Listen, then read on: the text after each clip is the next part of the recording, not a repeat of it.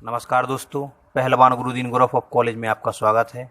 मैं आकाश कुमार आज आपके लिए लेकर आया हूं एक नई वीडियो जिसमें हम बात करेंगे भारतीय संविधान अधिनियम 1872 के अध्याय 2 संविदाओं, शून्यकरणीय संविदाओं और शून्य करारों के विषय के बारे में, जो धारा 10 से लेके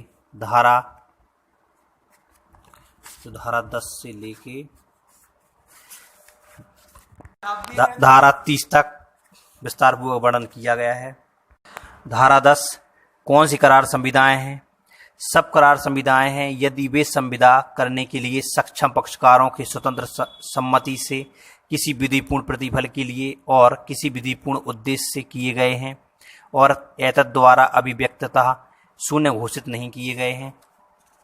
इसमें अंतर्विष्ट कोई भी बात भारत में प्रवर्त और एतद् द्वारा अभिव्यक्ततः निश्चित न की गई किसी ऐसी विधि पर जिसके द्वारा किसी संविदा का लिखित रूप में या साक्षियों की उपस्थिति में किया जाना अपेक्षित हो, या किसी ऐसी विधि पर जो दस्तावेजों के रजिस्ट्रीकरण से संबंधित हो, प्रभाव न डालेगी।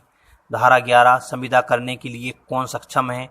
हर ऐसा व्यक्ति संविदा करने के लिए सक्षम है जो उस विधि के अनुसार जिसके वह अध्ययन है प्राप्तव्य हो और जो स्वच्छित हो, और किसी विधि द्वारा जिसके वह अध्ययन है संविदा करने से निर्हृत न हो।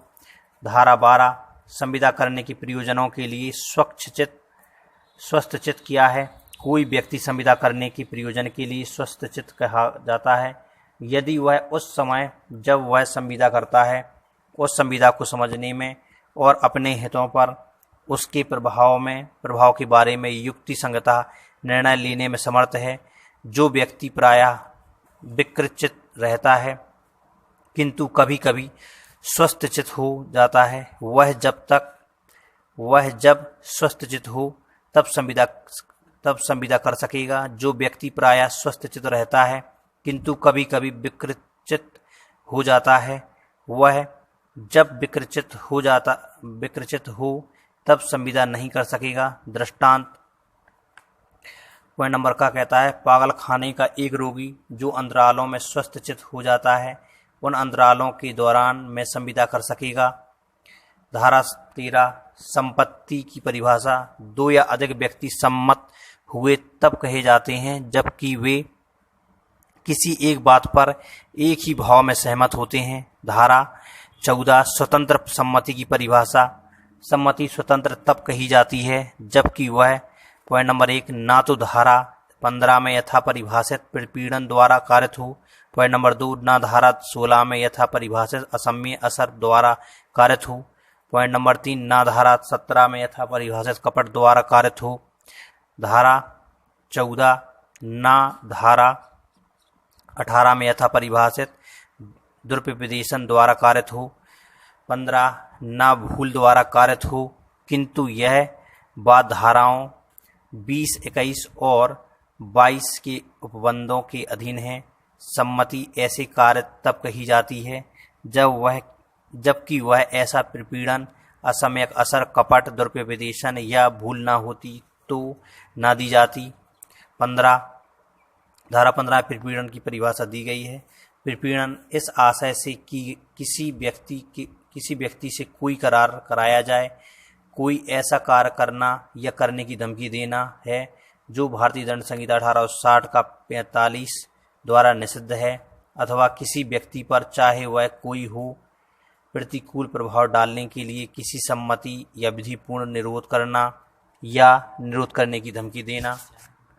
धारा 16 असम्यक असर की परिभाषा। पॉइंट नंबर 1 संविदा असम्यक असर द्वारा उत्प्रेरित कही जाती है जहाँ की पक्षकारों के बीच विद्यमान संबंध ऐसे हैं कि उनमें से एक पक्षकार द्वारा पक्षकार की इच्छा को अधिशासित करने की स्थिति में है और उस स्थिति का उपयोग उस दूसरे पक्षकार से अत्रजु फायदा अभिप्राप्त करने के लिए करता है। पॉइंट नंबर 2 विशिष्टता और पूर्ववर्ती सिद्धांत की व्यापकता पर प्रतिकूल प्रभाव डाले बिना यह है कि कोई व्यक्ति किसी अन्य की इच्छा को अधिशासित करने की स्थिति में समझा जाता है जबकि वह पॉइंट नंबर का उस अन्य पर वास्तविक या दृश्यमान प्राधिकार रखता है या उस अन्य के साथ वैश्वासिक संबंध की स्थिति में है, अथवा पॉइंट नंबर का ऐसे व्यक्ति के साथ संविदा करता है जिसकी मानसिक सामर्थ्य पर आयु, रुग्णता या मानसिक या शारीरिक कष्ट के कारण अस्थायी या स्थायी रूप से प्रभाव पड़ा है।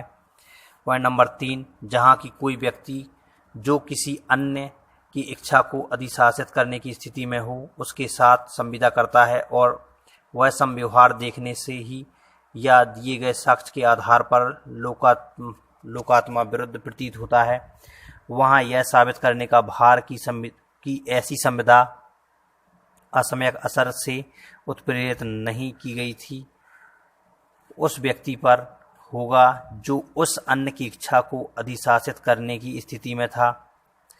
इस उपधारा की कोई भी बात भारतीय साक्ष्य अधिनियम 1872 का 1 की धारा 111 के बंदों पर प्रभाव नहीं डालेगी। धारा 17 कपट की परिभाषा।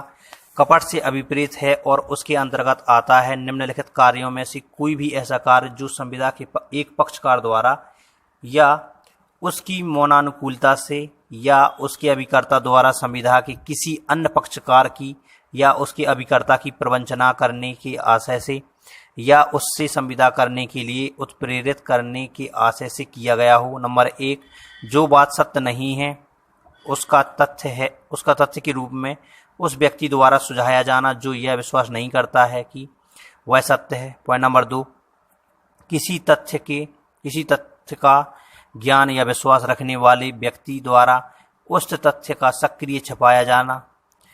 नंबर 3, कोई वचन जो उसका पालन करने के आशय के बिना दिया गया हो। पॉइंट नंबर 4, प्रवंचना करने योग्य कोई अन्य कार्य। नंबर 5, कोई ऐसा कार्य या लोक जिसका कपटपूर्ण होना विधि विशेषता घोषित करे। धारा 18 दुर्व्यभिदेशन की परिभाषा। दुर्व्यभिदेशन से अभिप्रेत है और उसके अंतर्गत आते हैं। पॉइंट नंबर 1, उस बात का जो सत्य नहीं है ऐसे प्रकार से किया गया निश्चयात्मक प्रख्यान जो उस व्यक्ति की जो उसे करता है जानकारी से समर्थित ना हो यद्यपि वह उस बात के सत्य होने का विश्वास करता है। पॉइंट नंबर 2, कोई ऐसा कर्तव्य भंग जो प्रवंचना करने के आशय के बिना उस व्यक्ति को जो उसे करता है या उससे व्युत्पन्न अधिकार के अधीन दावा करने वाले किसी व्यक्ति को कोई फायदा किसी अन्य को ऐसा बुलावा देकर पहुंचाए जिससे उस अन्य पर या उससे व्युत्पन्न अधिकार के अधीन दावा करने वाले किसी व्यक्ति पर प्रतिकूल प्रभाव पड़े। पॉइंट नंबर 3, चाहे कितने ही सरल भाव से क्यों ना हो करार के किसी पक्षकार से उस बात के पदार्थ के बारे में जो उस करार का विषय हो कोई भूल कराना। धारा 19 स्वतंत्र सम्मति के बिना किए गए करारों की शून्यकरणीयता। जबकि किसी करार के लिए सम्मति प्रपीड़न कपट या दुर्व्यभिदेशन से कारित हो जब वह करार ऐसी संविदा है जो उस पक्षकार के विकल्प पर शून्यकरणीय है जिसकी सम्मति ऐसे कारित हुई थी। संविदा का वह पक्षकार जिसकी सम्मति कपट या दुर्व्यभिदेशन से कारित हुई थी यदि वह ठीक समझे तो आग्रह कर सकेगा कि संविदा का पालन किया जाए और वह उस स्थिति में रखा जाए जिससे वह ऐसा यदि किए गए व्यपदेशन सत्य होते हैं। अपवाद यदि ऐसी सम्मति दुर्व्यभिदेशन द्वारा या ऐसे मौन द्वारा जो धारा 17 के अर्थ के पक्षकार के पास जिसकी सम्मति इस प्रकार कारित हुई थी सत्य का पता मामूली तत्परता से चला लेने के साधन है। धारा 19 का असमयक असर से उत्प्रेरित संविदा को अपास्त करने की शक्ति। जब कोई किसी करार के लिए सम्मति असमयक असर से कारित हो तब वह करार ऐसी संविदा है जो उस पक्षकार के विकल्प पर शून्यकरणीय है जिसकी सम्मति इस प्रकार कारित हुई। ऐसी कोई भी संविदा या तो आत्यंतिकतः अपास्त की जा सकेगी या यदि उस पक्षकार ने जो उसके शून्यकरण का हकदार हो तदधीन कोई फायदा प्राप्त किया हो तो ऐसे निबंधनों और शर्तों पर जो न्यायालय को न्याय संगत प्रतीत हो। धारा 20 जबकि दोनों पक्षकार तथ्य की बात संबंधी भूल में हों तब करार शून्य है। जहाँ की किसी करार के दोनों पक्षकार ऐसी तथ्य की बात के बारे में जो करार के लिए मर्मभूत हैं भूल